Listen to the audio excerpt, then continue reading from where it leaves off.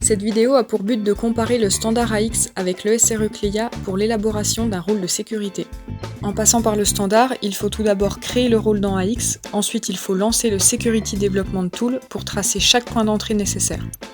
Une fois l'enregistrement lancé, il faudra cliquer sur chaque formulaire, chaque bouton, chaque report dont le futur utilisateur aura besoin, mais aussi simuler les modifications, créations ou suppressions pour donner le bon niveau d'accès.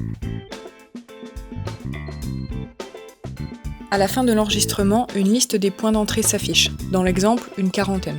Il faut donc les attribuer au rôle un par un, sachant qu'un point d'entrée peut avoir plusieurs privilèges. Là est la difficulté, il faut trouver le bon.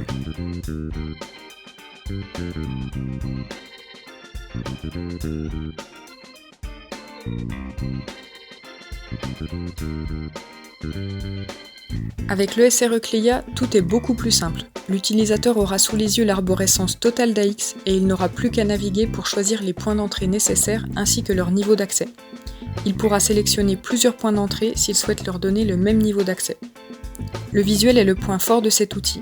Il n'est plus nécessaire d'avoir un fichier de suivi pour l'élaboration des rôles. De plus, tout est sauvegardé. Il sera donc possible de revenir modifier dans un second temps les matrices existantes. Lors de l'attribution du niveau d'accès à un point d'entrée, le système étendra automatiquement le niveau choisi à toutes les fonctionnalités appartenant à ce point d'entrée. Si l'utilisateur trouve cela trop permissif, il pourra dans un second temps restreindre les accès qui ont été donnés. Il n'y a plus qu'à générer le rôle en traitement par lot ou en direct, et c'est terminé.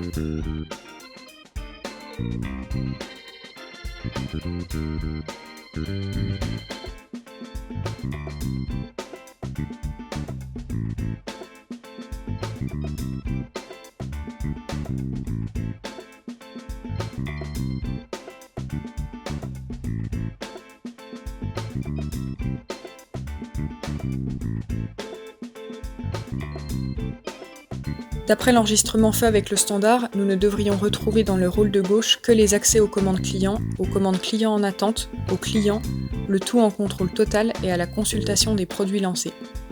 Or, on peut voir que les accès sont beaucoup plus étendus que ceux voulus. Dans le rôle de droite, fait avec l'ESR, on a bien accès uniquement à ce que l'on avait choisi dans la matrice.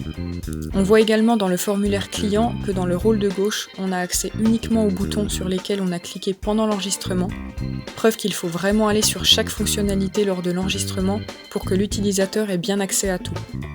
Alors qu'avec l'ESRE CLIA, si l'on avait donné à un formulaire un certain niveau d'accès, toutes les fonctionnalités liées à celui-ci recevront le même niveau d'accès pour simplifier l'élaboration des rôles.